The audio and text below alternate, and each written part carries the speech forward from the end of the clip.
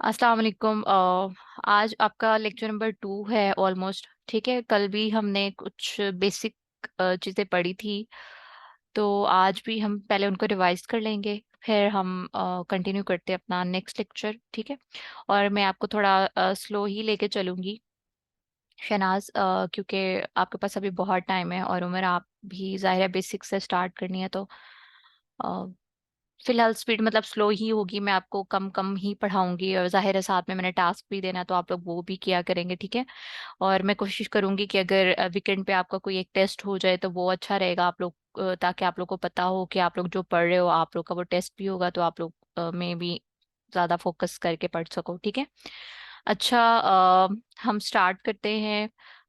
Cell का तो हमें पता ही है, जैसे उमर आप जोलॉजी के हैं और शहनाज के लिए क्लास ले चुकी हैं कि सेल क्या होता है। इसकी सिंपल अगर डेफिनेशन पढ़ें तो सेल एक यूनिट है। ठीक है, और इसके बिना जो है एक इंडिविजुअल जो है वो एग्जिस्ट नहीं करता। ठीक है, एक जो जानदार है उसकी बॉडी मिलियन ट्रिलियन सेल्स पे कंसिस्ट करती है। ठीक है, मिलियन ट्रिलियन ट्रिलियन सेल से मिलके एक जो इंसान है, एक ऑर्गेनिज्म है। एक ऑर्गेनिज्म में सब कुछ आ जाता है उसमें, जो है वो प्रोकैरियोट्स, यूकैरियोट्स। अब ये क्या चीजें हैं ये भी हम आज डिटेल में पढ़ेंगे। ठीक है, तो एक जानदार की जो जिंदगी है वो एक सेल पे यानी इस यूनिट पे कंसिस्ट करती है। ठीक है, तो इसकी डेफिनेशन है जी, cell is the structural and functional unit of life. ठीक है, अब इसकी मैंने एनाटॉमी दिखाई थी आप लोगों को कि एक जो सेल होता है वो किस तरह से उसकी अपीयरेंस होती है।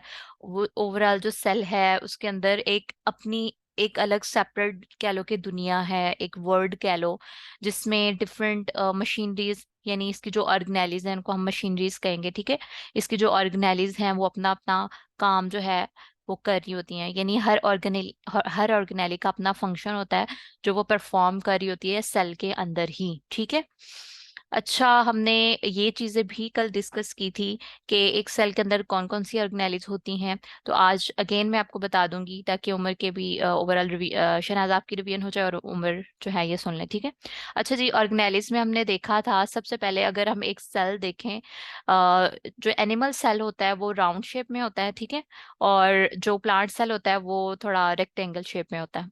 ठीक है, स्क्वायर तो नहीं होता, रेक्टेंगल सा होता है।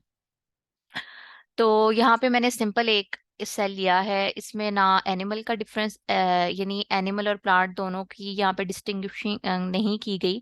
यहाँ पे सिंपल आपको एक सेल दिखाया गया है कि एक सेल किस तरह से होता है, उसके अंदर कौन कौन सी ऑर्गेनेलीज होती हैं। ठीक है, अभी सिर्फ हम वो देखेंगे, बट इंशाल्लाह हम जैसे स्टेप बाय स्टेप चलते जाएंगे तो हम चीज़ों को फिर डिस्टिंग्विश करके हम उन्हें पढ़ते जाएंगे। ठीक है, अच्छा जी, हम सबसे पहले देखते हैं एक जो सेल होता है। अगर मैं खुद से बताऊं आपको, तो ये जो इसके बाहर यानी इसकी सराउंडिंग में बाउंड्री है, इसको हम कहेंगे प्लाज्मा मेम्ब्रेन या सेल मेम्ब्रेन। ठीक है, और उसके अंदर हम बात करें तो ये जो हमें लिक्विड जो है नजर आ रहा है, ठीक है, फ्लूइड नजर आ रहा है, इसको हम क्या कहेंगे, साइटोप्लाज्म। और ये जो साइटोप्लाज्म होता है ये जेली फ्लूइड, जेलीटिस फ्लूइड होता है। ठीक है, यानी जेली की तरह का एक फ्लूइड होता है जो सेल के अंदर यानी सेल मेम्ब्रेन के अंदर सेल की ऑर्गेनेलिज इसके अंदर जो है वो फ्लोट कर रही होती हैं, तैर रही होती हैं। ठीक है, अब ये ऑर्गेनेलिज हम देख लेते हैं कौन कौन सी ऑर्गेनेलिज होती हैं इसमें। तो एक है जी, सबसे जो मेन ओवरऑल सेल के अंदर, सेल तो यूनिट है किस चीज का, एक ऑर्गेनिज्म का। ठीक है, एक ऑर्गेनिज्म की बॉडी का सेल क्या है, एक यूनिट है। अब सेल के अंदर भी जाहिर है ऑर्गेनेलिज हैं, तो सेल के भी फर्दर कोई मेन यूनिट्स होंगे। ठीक है, तो उसमें है न्यूक्लियस। ठीक है, अब न्यूक्लियस को हम फर्दर डिटेल में देख लेते हैं। ये जो पर्पल कलर का आपके सामने शो हो रहा है, इसको मैं थोड़ा जूम कर देती हूँ।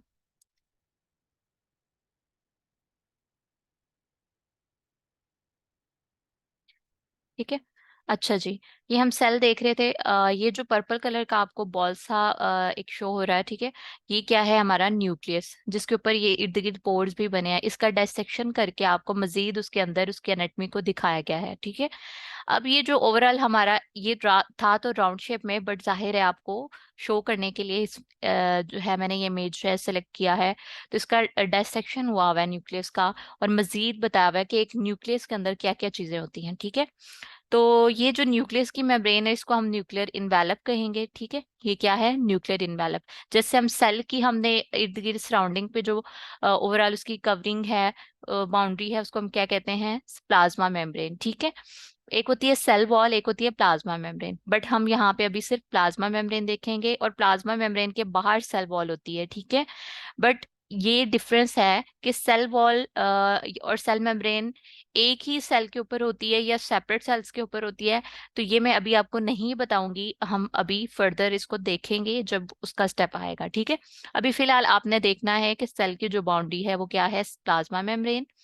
और हम यहाँ न्यूक्लियस को देख रहे थे, तो न्यूक्लियस की इर्द गिर्द जो कवरिंग है, बाउंड्री है, उसको हम क्या कहेंगे?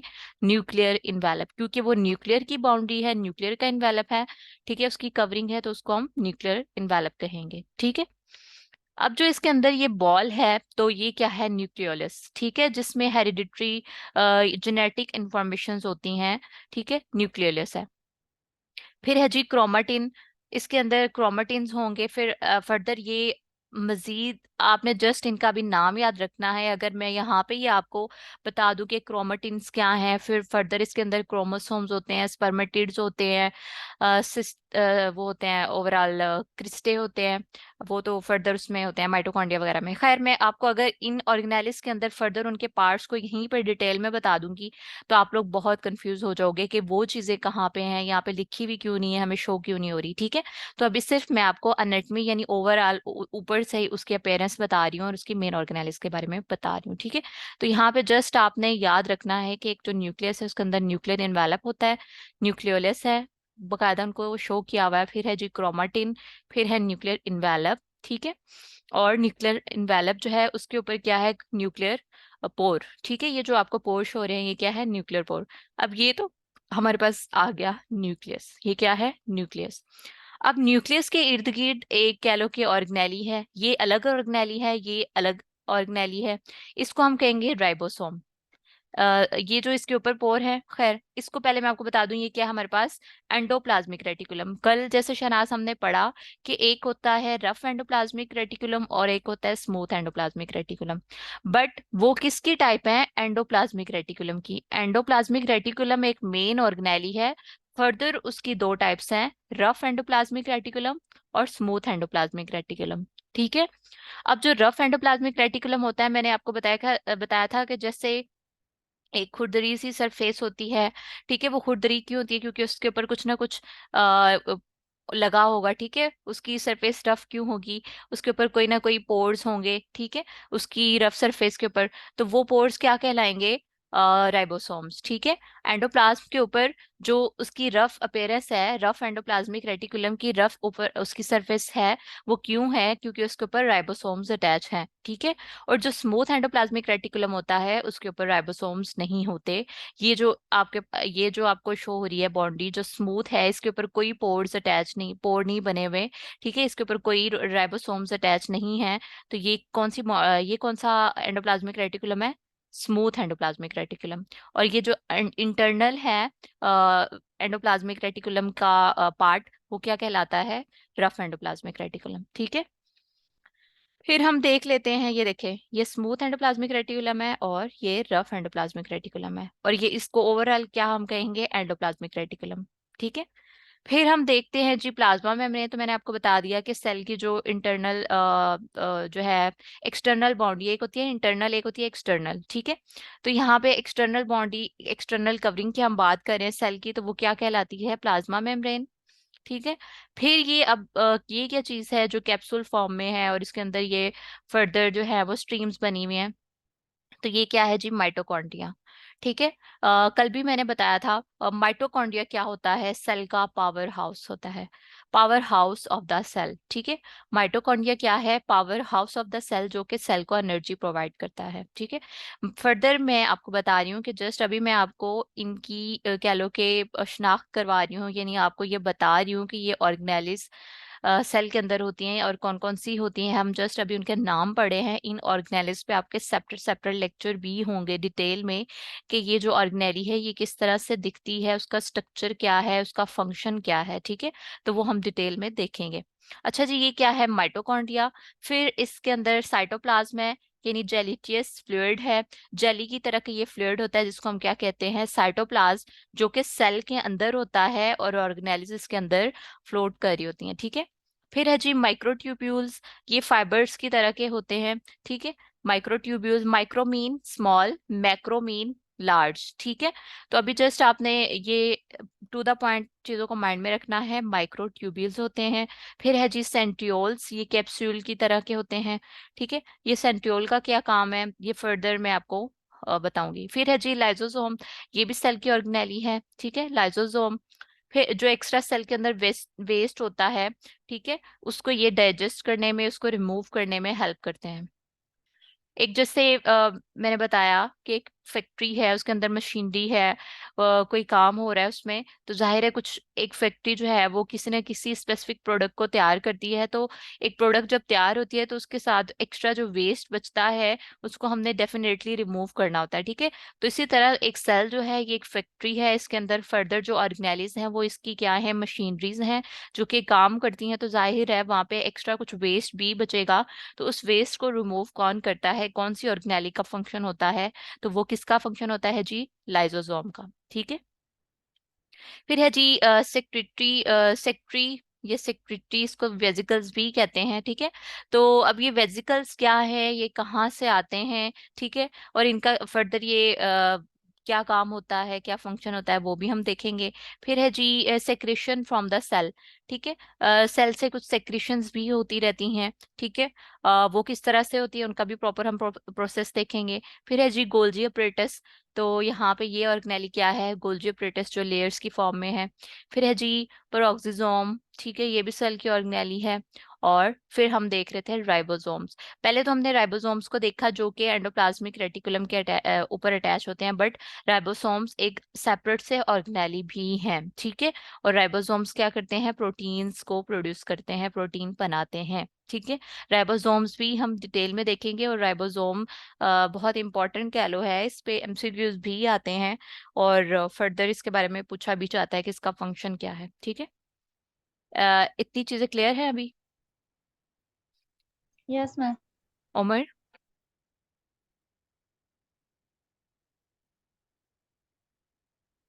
चले चलते हैं आगे।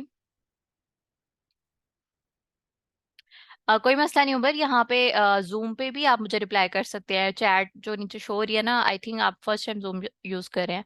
खैर आप चैट वाला जो है ना शो हो रहा वहाँ पे। अच्छा आगे हम देखते हैं टाइमलाइन ऑफ सेल। तो टाइमलाइन ऑफ सेल में आप जस्ट मैंने आपको ये चीजें बताई हैं कि जब सेल फर्स्ट टाइम डिस्कवर हुआ था तो किसने किया था, फिर किन किन लोगों ने फर्दर उस पर काम किया था, ठीक है। तो इसमें फर्स्ट है जी रॉबर्ट हुक, इसका नाम अमूमन पूछा जाता है एमसीक्यूज में भी, या फिर जैसे फॉर एग्जांपल सेल पे क्वेश्चन आ जाता है, सेल टिश्यू और ऑर्गेनेली पे या ऑर्गन पे, जैसे शनाज मैंने आपको कल दिखाया, ठीक है। तो जो है वहां पे अमूमन जब जाहिर है आप लिखते हो एक क्वेश्चन लॉन्ग अटेम्प्ट कर रहे होते हो सेल, ऑर्गेनेली और ऑर्गन पे, ठीक है, डिफरेंस उनमें आप बता रहे होते हो, तो आपने जब सेल के बारे में कुछ लिखना है डिटेल तो वहां आपने बताना है कि सेल को फर्स्ट टाइम डिस्कवर किसने किया था। तो वो कौन था, रॉबर्ट हुक। और उमर ये आपके लिए है। अच्छा उमर मैं आपको ये बता दूं कि आपको जाहिर है आपने तो एमसीक्यूज बेस्ड पेपर तैयार करना है, तो ये उसी तरह मैं सेम डिटेल में ही पढ़ा रही हूँ। तो जो मैं साथ में ये बता रही हूँ ना कि क्वेश्चन आएगा इस तरह से आता है, ये सीएसएस की है शहनाज, तो इस वजह से उन्हें मैं बता रही होती हूँ साथ साथ, ठीक है। तो आपको भी मैं साथ साथ बताती रहूंगी जो जो चीज़ें एमसीक्यूज के पॉइंट ऑफ व्यू से इंपॉर्टेंट है, तो आप भी वो साथ साथ याद करिएगा, ठीक है। और वैसे भी सीएसएस के पेपर जो जनरल साइंस का होता है उसमें भी एमसीक्यूज आते हैं और उसमें भी ये सेल किसने डिस्कवर किया ये एमसीक्यूज आता है, ठीक है। अच्छा जी ये रॉबर्ट हुक है, इसकी डिटेल आपने खुद ही पढ़ लेनी है कि उसने सेल किस तरह से डिस्कवर किया था। मैं सिंपली आपको वर्ड्स में बता देती हूँ। उमर व्हाट्सअप जो है इधर ओपन हुआ हुआ है सिस्टम पे, तो आप मैसेज ना करें, वो बार बार ना नोटिफिकेशन आ रहा है, ठीक है। अच्छा तो अच्छा रॉबर्ट हुक ने सेल को डिस्कवर किया था, किस तरह से किया था, एंड ये एक तो सबसे पहले मैं बता दूं ये कौन था, इंग्लिश बॉटनिस्ट था, ठीक है। डिस्कवर्ड सेल इन द कॉक स्लाइस, ठीक है। The term cell was derived from Latin word cella, cella, a little room, ठीक है. He explained his observation in a book, namely Micrographia. He found the rigid cell wall of dead cell. अच्छा, मैं आपको बताती हूँ simple words में कि cell किस तरह से इसने डिस्कवर किया था. जो पौधे होते हैं ना, पौधे, जो बड़े बड़े दरख्त होते हैं, उनके जो तने होते हैं, स्टैम्प होते हैं, उनके इर्द गिर्द जो वो छाल सी होती है ना, लकड़ी की जो छाल सी होती है, इसने वो ओवरऑल ऑब्जर्व की थी उसको. इसने माइक्रोस्कोप के थ्रू ऑब्जर्व किया था. तो वहां पे इसने देखा था कि जैसे एक शहद की मक्खी होती है ना, उसका छाता होता है, उसमें छोटे छोटे सुराख बने होते हैं, छोटे छोटे कह लो के पोर्शन बने होते हैं, ठीक है. उसकी डिवीजन हुई होती है. इस तरह इसने उस कॉर्क में उस जो वो छाल सी थी, उसमें इसने वो पोर्शन देखे, ठीक है. तो फर्दर इसने फिर ऑब्जर्व किया और ज्यादा माइक्रोस्कोप के थ्रू. तो फिर इसने सेल को डिस्कवर किया इस तरह से, ठीक है. खैर, इतनी जस्ट आपको इतना ही जानना आपके लिए काफी होगा, मजीद इसमें डिटेल में जाने की जरूरत नहीं है. बट ये आपको ये पता हो कि किसने किया था, रॉबर्ट हुक ने किया था. फिर हमारे नेक्स्ट है जी, ये 1661 में हुआ था, ठीक है. फिर है जी 1831 में क्या हुआ था, रॉबर्ट ब्राउन. अच्छा, जब इसने फर्स्ट टाइम डिस्कवर किया था ना, उसके बाद देखिए कितना ज्यादा गैप है. फिर 1831 में जाके इस पे दोबारा काम हुआ था, या लोगों ने इसके ऊपर ऑब्जर्वेशन की, या सोचा कि ये चीज जब रॉबर्ट हुक ने डिस्कवर की है, तो इसमें कोई ना कोई कह लो कि इसके पीछे कोई राज है, कोई बात छुपी है. कैसे थोड़ी वो कह सकता है कि ये सेल है, ठीक है.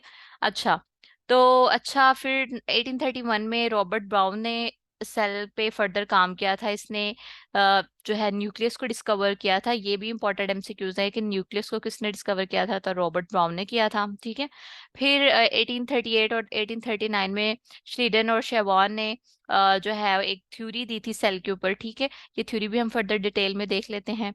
और देन ये कुछ और साइंटिस्ट हैं जिन्होंने सेल के ऊपर, यानी फिर फर्दर जाहिर है सेल की हमने ऑर्गेनेलिज अभी देखी हैं, सेल के ऑर्गेनेलिज के ऊपर काम किया. ये जी जो थियोडर हैं शवान, इन्होंने प्लाज्मा मेम्ब्रेन पे काम किया. फिर है जी हमारे पास व्लादिमीर, इन्होंने electronic microscope which enable to see the मक्का. अच्छा, ये व्लादिमीर जो है, इन्होंने माइक्रोस्कोप को, इलेक्ट्रॉनिक माइक्रोस्कोप को डिस्कवर किया ताकि सेल के स्ट्रक्चर को डीपली जो है वो डिस्कवर किया जा सके, उसके बारे में जाना जा सके, ठीक है. फिर हमारे पास एंटोनियो एंटोनियो वैनली वॉन हॉक, ठीक है. तो ये कौन है जी, ये देखें, इनको कहते हैं फादर ऑफ माइक्रोबायोलॉजी. और इन्होंने क्या किया था जी, free living cell in pond water, इन्होंने पॉन्ड वाटर में फ्री लिविंग सेल्स को ऑब्जर्व किया था, ठीक है. और इनको फादर ऑफ माइक्रोबायोलॉजी भी कहते हैं, ठीक है. फिर है जी हमारे पास पुरकिनी जी. इन्होंने क्या किया था जी, इन्होंने साइटोप्लाज्म पे कुछ काम किया था. फिर हैं जी रोडोल्फ, इन्होंने क्या किया था, इन्होंने, हाँ, रिडोल्फ ने बताया था कि जो सेल है वो पहले कोई ना कोई सेल था, तो उससे ये बना है, यानी प्री एग्जिस्टिंग सेल से. ये जो अभी सेल डिस्कवर किया है रॉबर्ट हुक ने, तो ये इसका वजूद ऐसे नहीं हुआ, ठीक है. इससे पहले भी कोई सेल था जिससे ये सेल डिस्कवर हुआ है, ठीक है. फिर है जी लास्ट पे के नोट है, this concept of cell arising from pre existing cell was started by Virchow as omnis cellula e cellula, ठीक है. इस तरह जाहिर है आपको पता ही है, अगर आपने हिस्ट्री में हिस्ट्री थोड़ी पढ़ी हो, बैक जाके कुछ भी चीज अगर डिस्कवर होती थी ना पुराने दौर में, चाहे अब यहाँ अभी हम सेल की बात करें, इसके अलावा अगर आप कोई और चीज भी देख लें, जाहिर है जो चीज फर्स्ट टाइम डिस्कवर हुई थी साइंस में देख लें, या ओवरऑल किसी भी फील्ड में आप जाके देख लें, तो लोग जो है ना बहुत सरप्राइज्ड होते थे, बहुत हैरान होते थे कि ये क्या चीज है. जाहिर है उनके लिए एक नई चीज होती थी. और कोई एक चीज, एक शख्स कोई चीज डिस्कवर करता था तो उसे सब पागल कहते थे कि नहीं, ऐसा तो हो ही नहीं सकता. और जाहिर है फिर कुछ ना कुछ लोगों को अंदर हिंट मिलता था, और लोग सोचते थे, उस पर ऑब्जर्वेशन करते थे, तो फिर फर्दर वो उस पर स्टडी करते थे, तो मजीद वो उस चीज के बारे में जान लेते थे कि ये एक्चुअल में ये चीज एग्जिस्ट कर रही है, इसका कोई ना कोई कह लो कि फर्दर फंक्शन है, और ये क्यों एग्जिस्ट कर रही है. फिर वो जाहिर है डिटेल फर्दर स्टडीज चलती हैं, ठीक है. तो बहुत वो एक लंबा प्रोसीजर होता है, इस तरह से चीजें डिस्कवर नहीं होती, ठीक है. तो ये थोड़ी टाइमलाइन थी सेल की, सिंपल से वर्ड्स में मैंने अभी आपको बताई है, इसको आप पढ़ लीजिएगा. इसमें एज सच एमसीक्यूज नहीं आते कि आपने इनको जो है वो टू द पॉइंट याद करना है. जस्ट आपने नाम याद रखना है कि सेल किसने डिस्कवर किया, कब किया, न्यूक्लियस किसने डिस्कवर किया और कब किया, सेल थ्योरी किसने दी, श्लीडन एंड शवान ने 1938 एंड 1930 1830 सॉरी 1838 एंड 1839 में श्लीडन शवान ने दी, ठीक है। और फर्दर आपने ये जो डेट्स हैं, यानी फादर ऑफ माइक्रोबायोलॉजी, ये इतना ऐसे इंपॉर्टेंट तो नहीं है, बट जाहिर है आपको पता होना चाहिए अगर आप जाहिर है जनरल साइंस पढ़े हो। तो बस इतनी सी चीजें याद रखनी है, सच पढ़ने की जरूरत नहीं है, यानी टू द पॉइंट याद करने की जरूरत नहीं है। और ये भी, ये देखिए सेल है तो सेल के अंदर ये मेन क्या है, न्यूक्लियस है, इर्द गिर्द एंडोप्लाज्मिक रेटिकुलम है, फिर गोल्जी बॉडीज हैं, गोल्जी ऑपरेटस भी बोलते हैं उनको। फिर हमारे पास माइटोकॉन्ड्रिया है, फिर इसमें प्रोटीन्स हैं, वेजिकल्स हैं, ठीक है। तो फिर हम इनको देख लेते हैं। यहाँ तक समझ आ गई? यस। ओके, एक मिनट।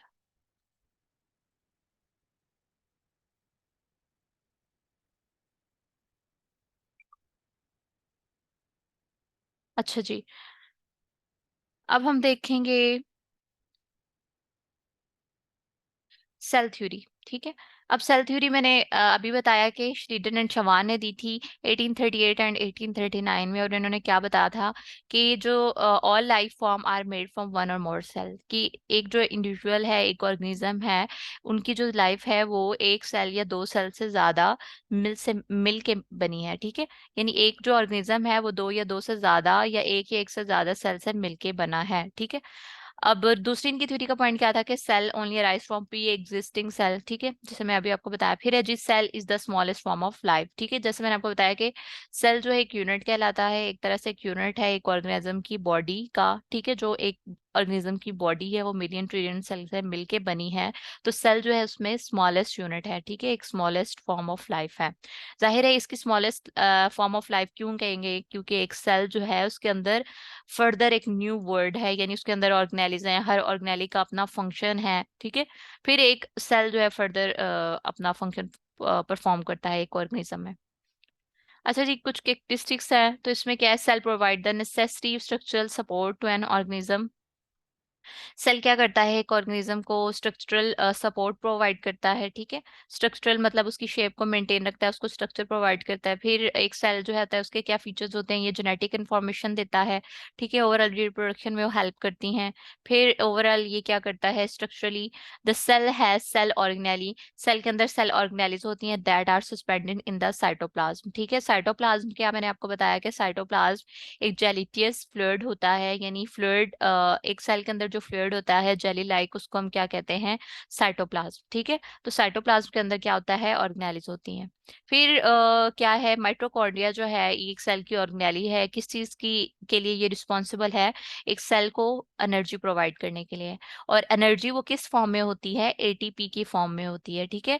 माइटोकॉन्ड्रिया जो है ये एक मशीनरी, एक फैक्ट्री के तौर पर काम करता है सेल के अंदर, और ये सेल का पावर हाउस कहलाता है, ठीक है। सेल को एनर्जी प्रोवाइड करता है किसके फॉर्म में, एटीपी की फॉर्म में। और एटीपी क्या है, एडिनोसिन ट्राइफॉस्फेट। अब ये क्या चीज़ है, मजीद हम इसको स्टेप बाय स्टेप इंशाल्लाह डिटेल में देखेंगे।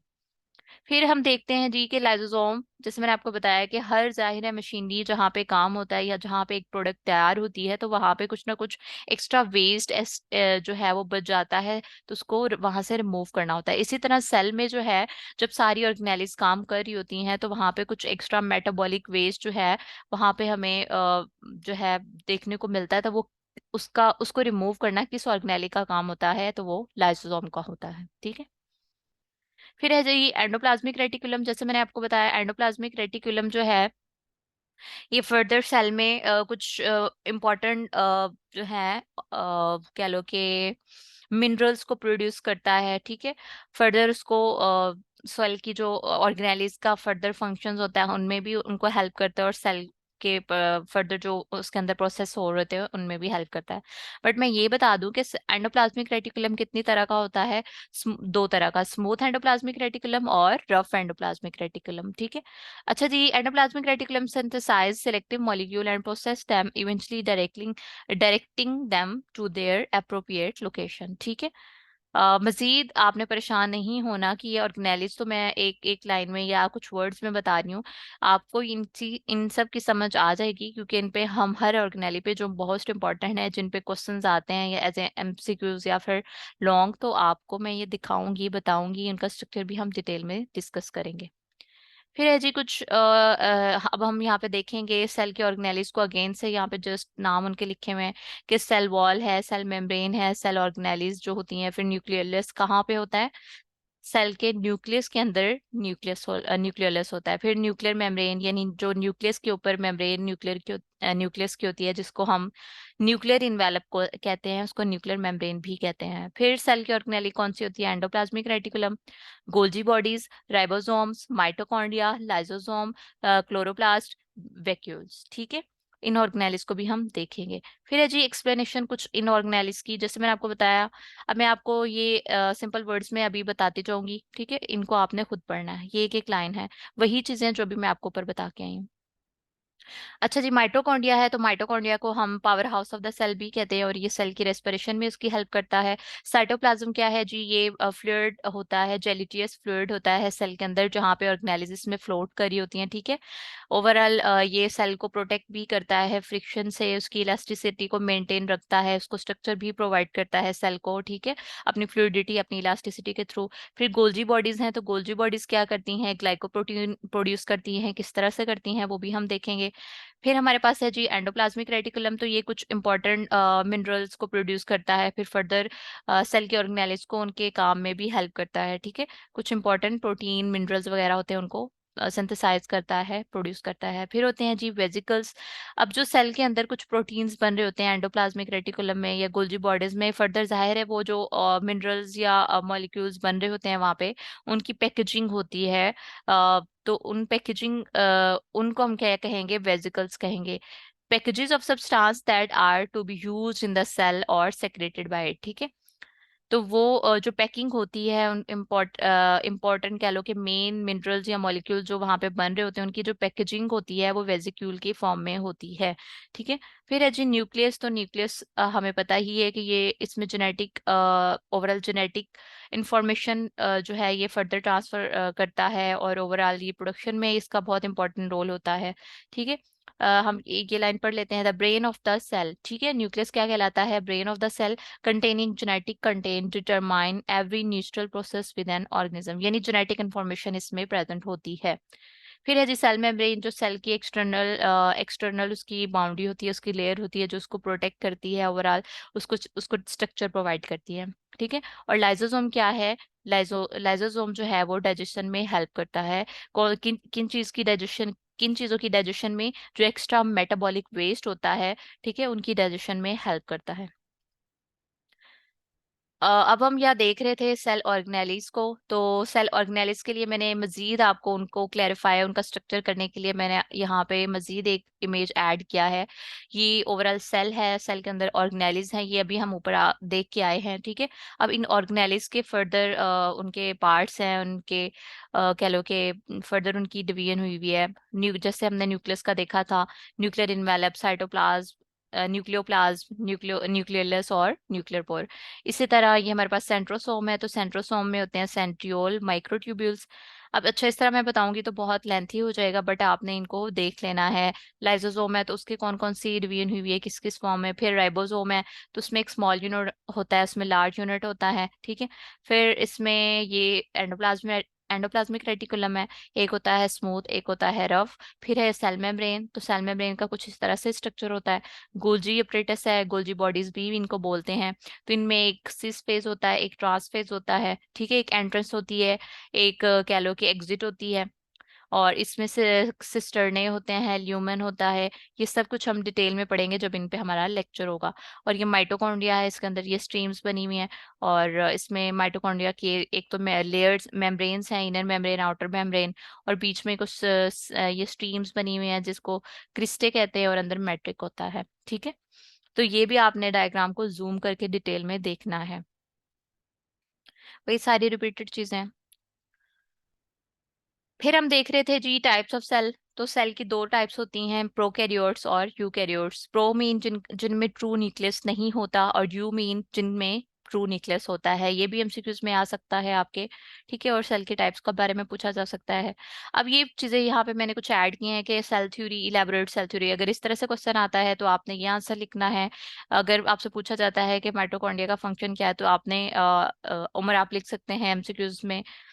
इस तरह अमूमन ये एमसीक्यूज तो बहुत ही कह लो कि ना आता है, बहुत ही रिपीटेड एमसीक्यूज है कि cell is known as the power house of the cell, ठीक है। जैसे ये लिखा हुआ है power house of the mitochondria क्या है, power house of the cell, ठीक है। और वैसे भी ओवरऑल अगर आपसे पूछ सकते हैं कि ये किस में हेल्प करता है, ये सेल को एनर्जी प्रोवाइड करता है। एनर्जी करेंसी किस फॉर्म में, एटीपी के फॉर्म में, और सेल के मेटाबॉलिज्म और रेस्पिरेशन में भी हेल्प करता है। फिर है जी सेल का फंक्शन क्या है, ये भी हम आप अभी मैं आपको बता चुकी हूँ, इनको आप पढ़ लीजिएगा। फिर है जी फंक्शन ऑफ गोल्जी बॉडीज, इनका भी आपने खुद पढ़ना है, ठीक है। और ये सेल को किसने डिस्कवर किया, ये ऑलरेडी हम ऊपर टाइमलाइन में पढ़ चुके हैं, बट यहाँ पे ये मैंने जस्ट क्वेश्चंस ऐड किए हैं, और साथ आपको पता हो कि अगर इस तरह से पेपर में क्वेश्चन आए तो आप कोई इस तरह से इतना आंसर लिखना है, ठीक है। फिर है जी हमारा आज का लेक्चर, लेक्चर नंबर 2। यहाँ पे आज हमने आज के लेक्चर में देखना था प्रोकैरियोट्स और यूकैरियोट्स, सेल का डिफरेंस देखना था, ठीक है। उनमें डिफरेंस देखना था। सेल ऑलरेडी हम सेल के बारे में पढ़ चुके हैं, सेल के ऑर्गेनेलिज को देख चुके हैं, कौन कौन सी ऑर्गेनेलिज होती हैं, ठीक है। और उनका हम माइनर सा थोड़ा डिटेल भी उनकी पढ़ चुके हैं कि उनका फंक्शन क्या होता है, ठीक है। या उनकी फर्दर हमने ऑर्गेनेलिज की डिवीजन देख ली, उनको मजीद आपने डिटेल में देखना है, वो आपकी असाइनमेंट है, ठीक है। अच्छा जी, आज का लेक्चर नंबर 2 है, तो इसमें हम देखते हैं ऑर्गेनेलिस को सबसे पहले। बट ऑर्गेनेलिस से भी पहले मैं आपको बता दूं, मैंने आपको बताया कि सेल कितनी तरह का होता है, 2 तरह का होता है, प्रोकैरियोट्स और यूकैरियोट्स, ठीक है। और प्रो का मैंने बताया आपको ट्रू न्यूक्लियस नहीं होता यू में, यूकैरियोट्स में ट्रू न्यूक्लियस होता है, ठीक है। अच्छा जी, पहले मैं आपको प्रोकैरियोट्स बता देती हूँ। तो प्रोकैरियोटिक सेल जो होते हैं, ठीक है, उनमें भी साइटो उनकी कुछ इस तरह से कैप्सूल की फॉर्म में एक तो शेप होती है, ठीक है। कैप्सूल की फॉर्म में उनमें शेप होती है। फिर उसमें साइटोप्लाज्म होता है, ठीक है, सेम एज जैसे हमारे यूकैरियोट सेल में होता है। फिर राइबोसोम होते हैं, ठीक है, जैसे हम फर्दर दूसरे यूकैरियोट सेल में पढ़ के आए हैं। फिर उसमें न्यूक्लियस की जगह न्यूक्लियोइड होता है, ठीक है। यानी ये जैसे मैंने आपको बताया, एक तो होता है ना ट्रू न्यूक्लियस, जो अभी हम ऊपर पढ़ के आए हैं, ठीक है, ट्रू न्यूक्लियस जिसमें फर्दर न्यूक्लियोलस होता है, ठीक है। लेकिन यहाँ पे ट्रू न्यूक्लियस नहीं है, यानी वेल डिफाइंड न्यूक्लियस नहीं है। तो न्यूक्लियस की जगह पे यहाँ पे क्या है, न्यूक्लियोइड, ठीक है।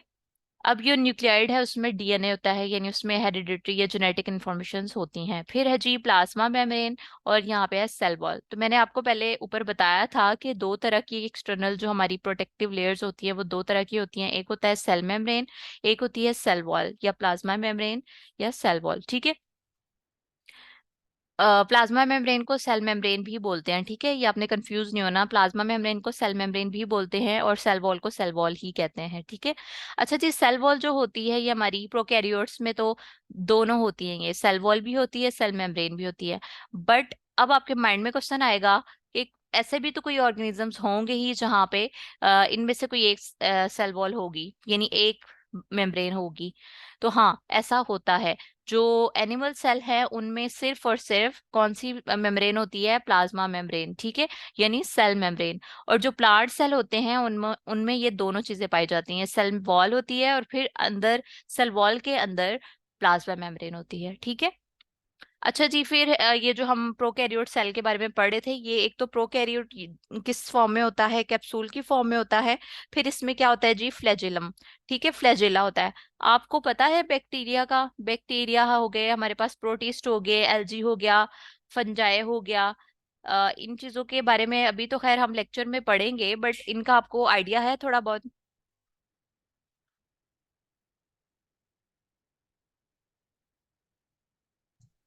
यस मैम, सुन देखा है, इनके बारे में पढ़ा भी है हम्म। कि होते हैं बैक्टीरिया, वायरस और ये सारी चीजें। जी,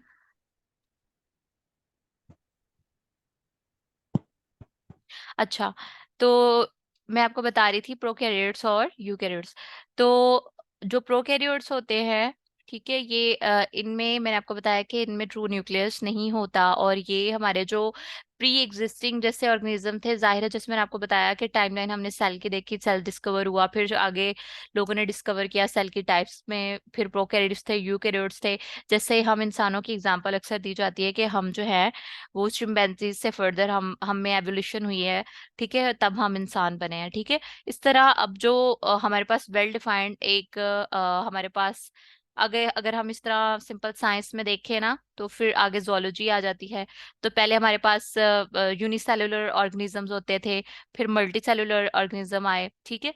ये जब डिस्कवरीज होती गई तो पता लगता गया कि यूनिसेलुलर वो ऑर्गेनिज्म, वो जानदार जो एक सेल पे कंसिस्ट करते थे, फिर उन्हीं से आगे जो है मल्टी सेलुलर यूकैरियोट सेल बने, ठीक है।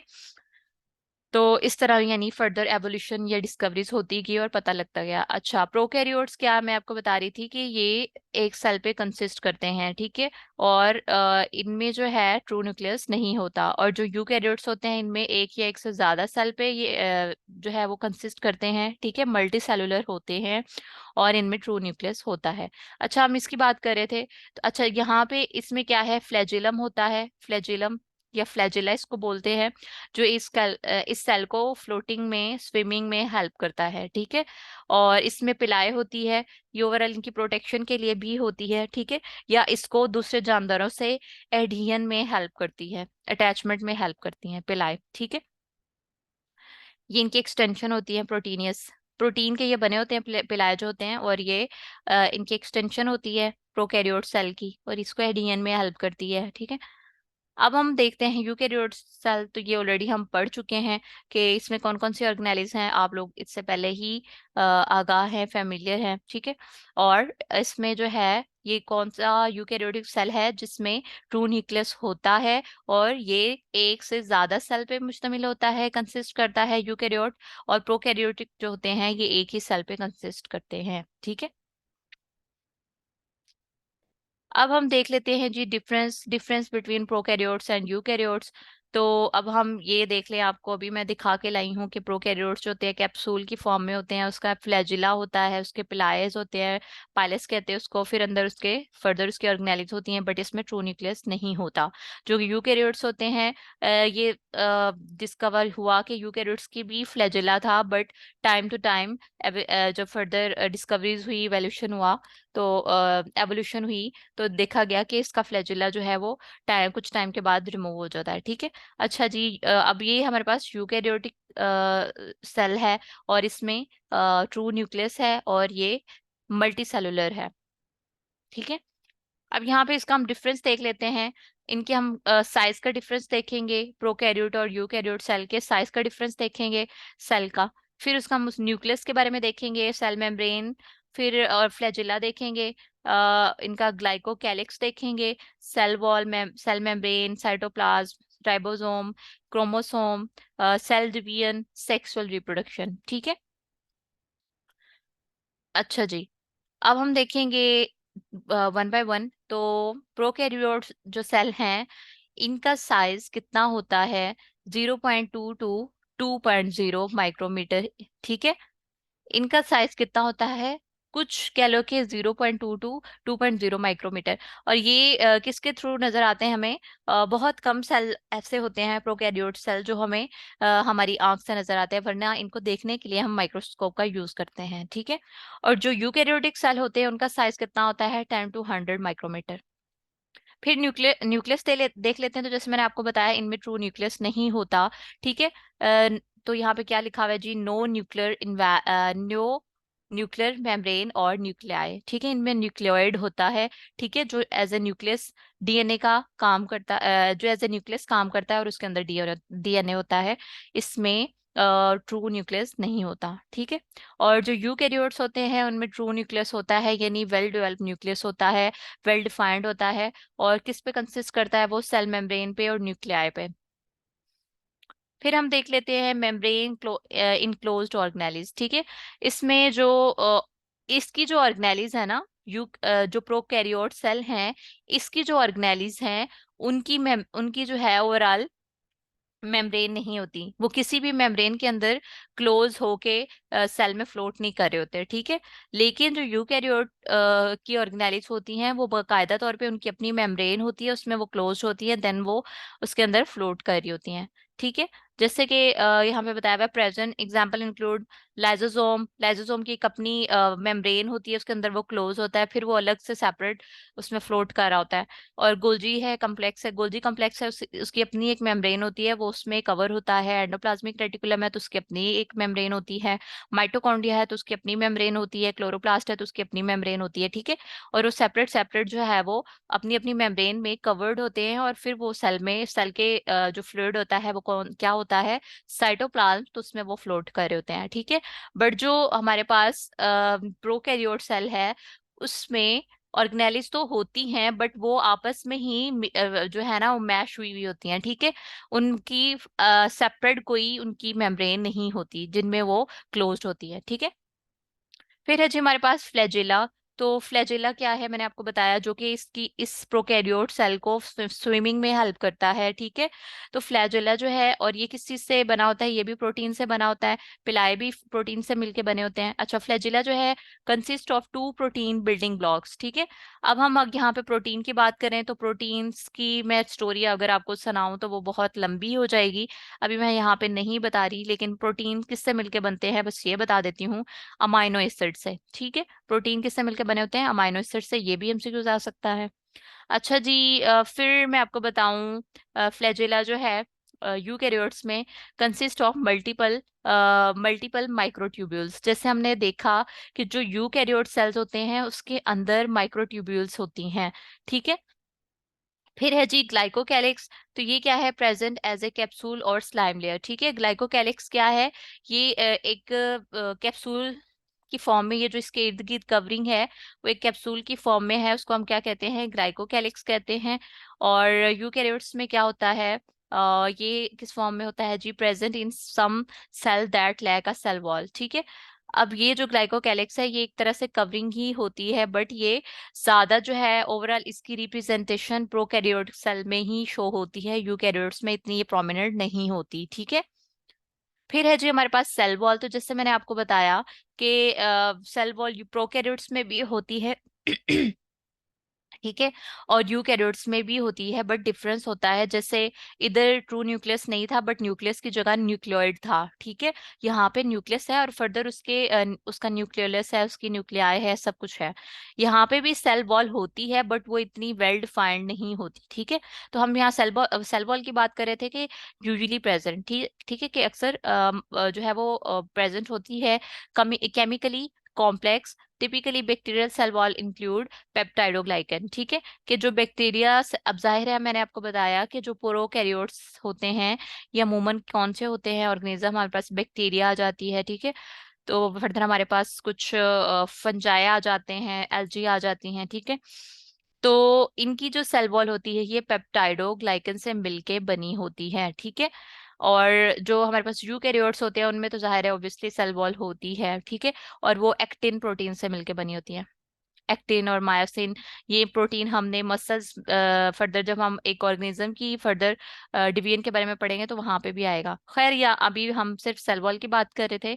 तो यहाँ पे जो यूकैरियोट की सेल होती है वो सेल वॉल होती है वो एक्टिन से मिलके बनी होती है, एक्टिन प्रोटीन से। और यहाँ पे प्रोकैरियोट सेल की जो ओवरऑल सेल वॉल होती है वो पेप्टाइडोग्लाइकन से मिलके बनी होती है। अब देखें डिफरेंस ये है कि प्रेजेंट दोनों में होती है, लेकिन इसमें पेप्टाइडोग्लाइकन से मिलके बनी है और इसमें ओवरऑल जो है वो एक्टिन से मिलकर बनी होती है, थोड़ा बहुत कंपोजिशन का डिफरेंस है, ठीक है। फिर है जी प्लाज्मा मेम्ब्रेन। अब प्लाज्मा मेम्ब्रेन वो क्या कह रहे हैं कि no carbohydrates and generally lack sterols. Plasma membrane होती है बट इतनी वेल डिफाइंड नहीं होती, यानी उसकी इतनी अच्छी तरह से उसकी कंपोजिशन नहीं होती, ठीक है। और जो हमारे पास है जी यूकैरियोट सेल, तो उनमें उनकी जो प्लाज्मा मेम्ब्रेन है वो कार्बोहाइड्रेट से मिलके बनी होती है, स्टीरोल से मिलके बनी होती है, जो कि एज ए रिसेप्टर काम करती है, ठीक है। यानी ऑर्गेनेलिज इसमें भी हैं और प्रोकैरियोट्स में भी ऑर्गेनेलिज हैं, यूकैरियोट्स में भी ऑर्गेनेलिज हैं, बट डिफरेंस ये है कि उनकी कंपोजिशन में डिफरेंस है। इतनी वेल डिफाइंड उसके ऑर्गेनेलिज नहीं है प्रोकैरियोट्स की एज कंपेयर यूकैरियोट्स के, ठीक है। फिर है जी हमारे पास साइटोप्लाज्म। तो वो साइटोप्लाज्म क्या है, no cytoskeleton and cytoplasmic streaming, ठीक है। इसमें साइटोप्लाज्म होता है बट बकायदा तौर पे इतना वो कह लो कि उसमें उसमें क्या है, साइटोप्लाज्मिक स्ट्रीमिंग नहीं हुई हुई होती है, उसमें साइटोस्केलेटन जो होता है वो नहीं होता, ठीक है। और यहाँ पे क्या है जी, प्रॉपर साइटोस्केलेटन मौजूद होता है साइटोप्लाज्म के अंदर, ठीक है। अब यहाँ पे हम राइबोसोम की बात करें तो राइबोसोम जैसे मैंने आपको बताया, राइबोसोम मैंने आपको बताया कि राइबोसोम जो है इसके दो यूनिट्स होते हैं, एक स्मॉल यूनिट होता है, एक लार्ज यूनिट होता है, ठीक है। तो राइबोसोम जो है प्रोकैरियोट्स का, उसका साइज जो होता है स्मॉलर साइज, एक ही उसका होता है यूनिट, ठीक है। प्रोकैरियोट्स में जो राइबोसोम है वो एक ही यूनिट होता है और वो स्मॉलर होता है और उसका साइज 70s होता है। ये भी अमूमन एमसीक्यूज में आ जाता है।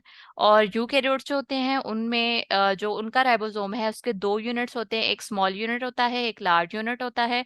लार्ज यूनिट का साइज 80s होता है और स्मॉलर यूनिट का साइज 70s होता है, ठीक है। और फिर है जी हमारे पास, माइक किसका ऑन है?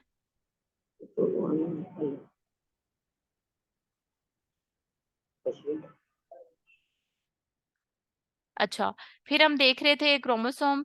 तो क्रोमोसोम कहाँ पे होता है, डीएनए में, और डीएनए कहाँ पे होता है, हमारे पास न्यूक्लियोलस में, और न्यूक्लियोलस कहाँ पे होता है, उसमें न्यूक्लियस में, ठीक है। न्यूक्लियस को याद करें, न्यूक्लियस, ठीक है मैं दिखा देती हूँ आपको।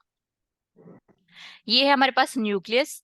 न्यूक्लियस के अंदर ये जो मिड में है, ये क्या है, न्यूक्लियोलस। न्यूक्लियोलस के अंदर क्या होता है, क्रोमोसोम, और फिर डीएनए, और फिर उसके अंदर क्या होते हैं, क्रोमोसोम्स होते हैं, ठीक है। तो ये जब हम डिटेल में देखेंगे ओवरऑल स्ट्रक्चर हम इसका न्यूक्लियस का, तो वहाँ आपको पता लग जाएगा, ठीक है। अच्छा जी, तो यहाँ पे हम प्रोकैरियोट्स की बात कर रहे थे कि प्रोकैरियोट्स में क्रोमोसोम जो होते हैं वो सिंगल सर्कुलर क्रोमोसोम्स होते हैं और उनमें हिस्टोन प्रोटीन्स नहीं होते, ठीक है। और यूकैरियोट्स जो होते हैं उनमें मल्टीपल लीनियर क्रोमोसोम्स होते हैं, ठीक है। और उनमें हिस्टोन, ये जो हिस्टोन्स हैं ये प्रोटीन्स होते हैं, फर्दर ये क्रोमोसोम्स के ऊपर लगे होते हैं, ठीक है। इनकी प्रॉपर अरेंजमेंट होती है यूकैरियोट्स में, ठीक है। देखिए उनकी ओवरऑल डिस्टिंग्विशिंग की हम अगर करें तो उनकी ओवरऑल कंपोजिशन में ही डिफरेंस है, बस और कुछ नहीं है, ऑर्गेनेलिज दोनों में ही, ठीक है। फिर है जी हमारे पास सेल डिवीजन। तो सेल डिवीजन अब जो है प्रोकैरियोट्स, इनमें बाइनरी फिशन होती है, ठीक है। और इनमें माइटोसिस होती है, ठीक है। अब ये बाइनरी फिशन क्या है, माइटोसिस क्या है, जस्ट आपने एज ए इनको नेम याद करना है, इनको मैं मजीद आपके लेक्चर में डिस्कस करूंगी। फिर है जी सेक्सुअल रिप्रोडक्शन। तो सेक्सुअल रिप्रोडक्शन जो हमारे प्रोकैरियोट्स होते हैं उनमें सेक्सुअल रिप्रोडक्शन यानी इनमें म्योसिस माइटोसिस का कोई प्रोसेस नहीं होता। इनमें जो इनका डीएनए है, ये जेनेटिक इंफॉर्मेशन है, वो किसके थ्रू ट्रांसफर होती है, फ्रेगमेंट्स के थ्रू। अब ये फ्रेगमेंट किस तरह से बनते हैं, बाइनरी फिशन जो होते हैं, यानी एक हमारे पास बैक्टीरिया है ना, उसकी बॉडी कट हो जाती है, जब वो उसकी डिवीजन होनी होती है उनमें कुछ चेंजेस आते हैं। वो किस तरह से होता है अब तो मे भी शायद आपको समझ ना आए, बट मैं इंशाल्लाह आपको प्रॉपर इस ये जो है ना लेक्चर में बताऊंगी, ठीक है। अब हम इन्वॉल्व यहाँ पे यूकैरियोट्स में देखें तो सेक्सुअल रिप्रोडक्शन जाहिर है वेल डिफाइंड, हमारे पास यूकैरियोट मल्टी सेलुलर ऑर्गेनिजम्स होते हैं, तो उनमें म्योसिस होती है फर्दर रिप्रोडक्शन के लिए, ठीक है। जैसे हम ऑर्गेनिजम्स हैं तो हम भी यूकैरियोट्स में आएंगे, हमारी बॉडी भी एक से ज्यादा सेल्स पे कंसिस्ट करती है, ठीक है। और जो प्रोकैरियोट्स होते हैं उनकी बॉडी सिर्फ एक एक सेल पे कंसिस्ट करती है, और यूकैरियोट्स की बॉडी एक सेल से ज्यादा सेल पे कंसिस्ट करती है। और प्रोकैरियोट्स क्या होते हैं, एक सेल पे उनको यूनिसेलुलर कहते हैं, यूनि मतलब वन, यूनिसेलुलर, और यूकैरियोट्स को मल्टीसेलुलर कहते हैं। समझ आ गई? Yes ma'am. ये आपकी इतनी ही क्लास थी। और क्या नाम है, शनाज, मैं आपसे ये वाली फाइल शेयर करती हूँ, वो मैंने बाद में देखा है तो उसमें फर्दर और चीज़ें डिटेल में दी हुई है, ये मैंने फाइल भी ओपन की हुई है, ठीक है। तो अगर हम यहाँ पे भी बात करें तो मैं आपको बता सकती हूँ कि माइटोकॉन्ड्रिया को थोड़ा दिखा सकती हूँ। आपने सिर्फ ये वाला, ये जो मैंने फाइल आपको भेजी थी ना, लिंक भेजा था ना, ये आपने बाकी सब स्किप करके आपने जस्ट ये पढ़ना है, ठीक है। आपने ये देखना है माइटोकॉन्ड्रिया एक ऑर्गेनेली है, उसका फंक्शन क्या है और उसका स्ट्रक्चर आपने देखना है। फिर आपने रफ एंडोप्लाज्मिक रेटिकुलम है, स्मूथ एंडोप्लाज्मिक रेटिकुलम है, उनके आपने स्ट्रक्चर ऑब्जर्व करना है और उनका फंक्शन देखना है। फिर राइबोसोम देखना है, ये हम चीजें अभी पढ़ के आ चुके हैं, ठीक है, लेकिन मजीद आपने उनका यहाँ पे फंक्शन और स्ट्रक्चर देख लेना है। जैसे मैंने आपको बताया कि ये जो हमारे पास राइबोसोम, प्रोकैरियोट्स में देखिए राइबोसोम तो एक ही यूनिट होता है और यूकैरियोट्स में दो यूनिट होते हैं। ये स्मॉल यूनिट है और ये लार्ज यूनिट है, ठीक है। फिर हम गोल्जी प्रोटिस्ट को देखें तो कुछ इस तरह से स्ट्रक्चर होता है इसका, ये वाला, ठीक है। और फिर हम ये वेजिकल्स की बात करें तो ये हमारे पास है जी वेजिकल। इसका ओवरऑल आपने फंक्शन देखना है। फिर हमारे पास सेक्रेटरी वेजिकल्स हैं, ठीक है, कि किस तरह से वो रिलीज होते हैं एक सेल से, ठीक है। फिर हमारे पास ये पेरोक्सिसोम्स है, ये किस तरह के होते हैं। फिर हमारे पास आ जाता है साइटोस्केलेटन। अच्छा, ये चीज आप पूछ रही थी ना मेरे से। जी मैम, ये समझ नहीं आ रहा था मुझे हाँ, इसमें। तो अभी मैं आपको बता देती हूँ कि जैसे हमने अभी पढ़ा कि जो प्रोकैरियोट्स होते हैं, ठीक है, उनकी जो सेल वॉल होती है वो किससे मिलकर बनी होती है, ग्लाइकोप्रोटीन से, ठीक है। और जो हमारे पास यूकैरियोट सेल होते हैं उनकी जो सेल ओवरऑल सेल वॉल होती है, ठीक है, वो किससे मिलकर बनी होती है, एक्टिन प्रोटीन से। तो यहाँ पे ये देखिए एक्टिन, एक्टिन सब यूनिट, ठीक है। ये साइटोस्केलेटन हम देख रहे थे। अच्छा, वैसे अभी टाइम हो रहा है, मैं आपको अभी ये नहीं बताती, ठीक है। हम कल डिस्कस करते हैं सेल वॉल और सेल मेम्ब्रेन, ठीक है। तो सेल वॉल और सेल मेम्ब्रेन का ही ये स्ट्रक्चर ओवरऑल दिखाया गया है, तो ये हम उसमें डिस्कस कर लेते हैं सेपरेट से, ठीक है। अभी ओके फिर मैम। आप, हाँ जी, अभी थोड़ा कंफ्यूजिंग हो जाएगा आपके लिए, ठीक है। ये था आपका लेक्चर नंबर 2। इसको काइंडली दोबारा सुन लीजिएगा, मैं वीडियो अपलोड कर देती हूँ। और अपनी असाइनमेंट भी कर लीजिएगा। आज मैं मजीद आपको एक और असाइनमेंट दे देती हूँ जो मुझे लगता है कि बहुत इंपॉर्टेंट है। कल तो आप लोगों ने सिंपली सेल का स्ट्रक्चर डिजाइन किया था, तो आज मैं आपको फर्दर और असाइनमेंट देती हूँ। और ये चीजें आपने साथ साथ कह लो कि टाइम मिले तो आप इनको साथ साथ बुलेट पॉइंट में अपने शॉर्ट शॉर्ट नोट्स बना लें। और मैं कोशिश करती हूँ कि आपका एक एक टेस्ट भी हो जाए, एक वीक में एक टेस्ट हो जाए, ठीक है। सही। ओके जी, थैंक यू। अल्लाह हाफिज। अल्लाह।